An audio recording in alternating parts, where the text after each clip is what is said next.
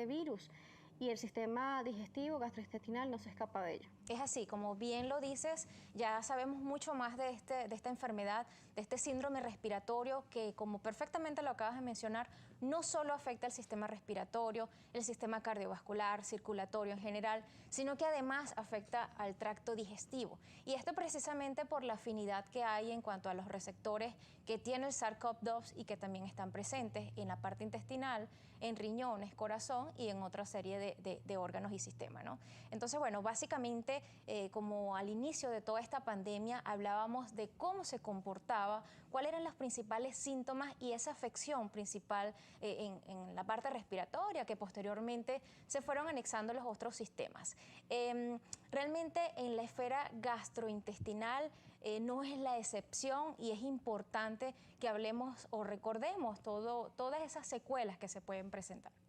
Sí, vamos a ver las manifestaciones, conocer la de su mano, cuáles son las manifestaciones gastrointestinales que se pueden presentar. Sí, es importante aclarar que para hablar de secuelas gastrointestinales, o al menos en toda la documentación que se nos ha facilitado a través de estudios médicos, de revistas médicas internacionales, se habla que estos síntomas, para hablar de secuelas, tenemos que estar presentes, no tuvieron que haber estado presentes al menos un mes antes de la presentación clínica de todos los síntomas respiratorios, ¿bien? Okay. Para poder hablar de secuelas. Entonces, este paciente que hace manifestaciones gastrointestinales durante el COVID, no es que no presentan secuelas, sino que es más difícil que así curse con ellos, ¿Cuáles ¿no? son las principales secuelas o manifestaciones que se presentan con el COVID-19? Como nos bien dice, hay que esperar que el paciente tenga el virus, que lo pase y ver, porque si está antes no se consideran entonces secuelas. Bueno, en este caso no. Como una manifestación gastrointestinal ya sabemos que hay presencia de dolor abdominal,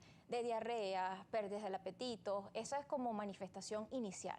De hecho, lo hemos conversado acá en otras oportunidades en donde los síntomas gastrointestinales pueden preceder incluso a los síntomas respiratorios. Puede ser el único síntoma en muchos de los pacientes, las manifestaciones gastrointestinales, y pues cuando hay una sospecha por toda esta alerta epidemiológica se le solicitan los estudios pertinentes y vemos que el paciente tiene SARS-CoV-2 positivo, ¿bien?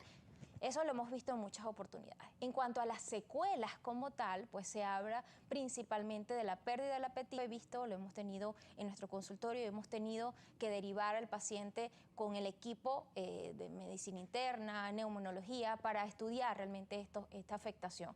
Porque el paciente puede presentar simplemente dolor abdominal, quizás un tema de reflujo, molestias, y en muchas otras oportunidades el paciente refiere a la fatiga, ¿no? Que es un síntoma también tan general y que asociado a todo esto podemos sospechar entonces estas. Claro, y yéndonos a la parte de los cuadros diarreicos, nos dicen que uno puede saber cómo está nuestra salud a través de las heces. Y justamente hace algunos meses atrás apareció un estudio en China en donde decían que se podía detectar el COVID-19 a través de las heces. Sí, es así. De hecho, todavía se sostiene. En un inicio hablábamos hasta de la transmisión fecal-oral. Sin embargo, a pesar de que se siguen consiguiendo el ARN en las heces, no es tan virulento, por así decirlo, o es tan alta esa carga viral para poder producir o para poder transmitirlo a través de las heces, ¿no? Pero sí, se sigue consiguiendo, se detecta el ARN en las heces y además en tejidos del colon incluso se han detectado. Sí, para las personas que nos están viendo dirán, bueno, pero ¿cómo se podría transmitir fecal oral? Y bueno, vemos otras cosas que se transmiten de esta manera, pero es el aseo de las manos que debemos tener al momento de manipular alimentos, incluso llevarla a la boca, ¿no? Es así, precisamente esa era la alarma que nos generaba todo esto, ¿no? Cuando, como hablabas hace un rato, hace un año y medio, quizás un poco más, que inició toda esta carga A través de las goticas de saliva y a través del sistema respiratorio. Por ahora, así se ha denominado, se ha encontrado a través de los estudios. Doctora, vamos a hacer una pausa. A regreso vamos a ver cómo se está atendiendo a los pacientes con COVID-19, secuelas a través del sistema digestivo. Vamos a ver qué está pasando con ellos, cuando presentan estos cuadros diarreicos, cómo se recuperan, cómo queda ese sistema allí, si queda fortalecido o si hay algún tipo de debilidad que hay que tratar con el tiempo. La doctora Criselis Gómez Bolívar nos seguirá acompañando, médico gastroenterólogo. Gracias a ustedes por la sintonía. Recuerden las redes, @salud_gb, @DanielJSalas. Regresamos. día de hoy nos sigue acompañando la doctora Criselis Gómez Bolívar, médico gastroenterólogo. Doctora, nos dice que pueden cursar pacientes con diarrea, dolores abdominales, incluso cólicos fuertes, y que a veces ni siquiera sospechan de que es COVID. Una vez que reciben al paciente, ustedes que son médicos gastroenterólogos, ¿cómo hacen para diferenciar que es una simple diarrea o que es otro virus el que está presente y no el COVID? Sí, claro, en esto juega un papel importante la parte clínica, ¿no? Tema y del estómago, y justamente le vamos a pedir a nuestro equipo de producción que ha preparado este material para nosotros para hablar sobre el Conoce tu cuerpo y el estómago. Veamos. Hoy les vamos a comentar sobre qué es el estómago. El estómago es un órgano que se encuentra en el abdomen superior y su función principalmente es la de ayudar a la digestión mediante la secreción de ciertos elementos o de ciertas sustancias que nos ayudan a digerir los alimentos. Su función principalmente es la de la digestión de los alimentos. Sin embargo, a nivel del estómago se secretan vitaminas que nos ayudan con todo el ciclo de la hemoglobina. Es como la vitamina B12. Es importante que sepamos cómo tratar o cómo cuidar nuestro estómago, pudiendo tener alimentos o consumiendo alimentos que nos sean ricos en cítricos, bebidas alcohólicas, el tabaquismo y sobre todo lavar muy bien los alimentos por la infección asociada que se encuentra con el Helicobacter pylori. Para más información me pueden contactar a través de nuestra página de Instagram, Centro Clínico Fénix Salud.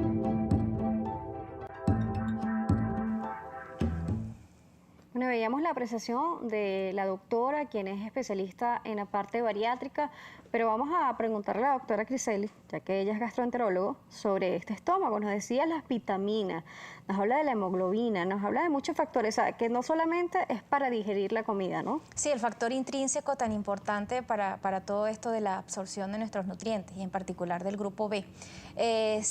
Además de esto, el tema del ácido clorhídrico como tal, que es segregado o secretado a través de las células parietales, nos ayuda para esa protección que nos da el estómago de factores agresores, ¿no? Incluso la alimentación. Esa barrera de moco que se forma en el estómago nos protege de muchísimas patologías. Y además que inicia, por supuesto, el proceso de la digestión, en donde una vez que ingerimos los alimentos son bañados, por así decirlo, con el ácido gástrico o con el ácido clorhídrico, y posteriormente al pasar al intestino delgado se forma el quimo y seguimos entonces con el proceso de la digestión y de la absorción de los nutrientes. Sí, ya que vimos la importancia del estómago, ahora le quiero preguntar, porque nos queda poco tiempo, si el paciente con secuelas de COVID-19 en la parte gastrointestinal se mejora al 100%.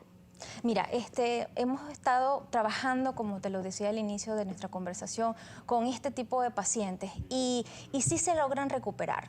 Lo que debemos es tener un poco más de paciencia porque es un tratamiento multidisciplinario en donde involucramos al internista, involucramos al nutricionista, hay que hacer una serie de exámenes, hay que colocar tratamiento, en especial para estos trastornos funcionales. Intestino irritable hemos tenido en crisis infecciosas o en crisis dolorosas, el tema de la disbiosis intestinal, y también quiero seguir recordando que la microbiota o la antiguamente llamada flora intestinal forma parte de nuestro sistema inmunológico, y si nosotros protegemos nuestra microbiota, pues nos podemos evitar muchísimas patologías. Y también después del COVID se ve afectada, por lo que es importante que recuperemos este ecosistema tan maravilloso y que nos protege tanto. Doctora, hemos finalizado, ¿por cómo la pueden contactar? Bueno, agradecida nuevamente por esta invitación. Me pueden contactar a través de mis redes sociales, en Instagram como gastro-salud, en Facebook como doctora Criselis Gómez Bolívar, y a través de mis números telefónicos 0424-198-0043. Gracias.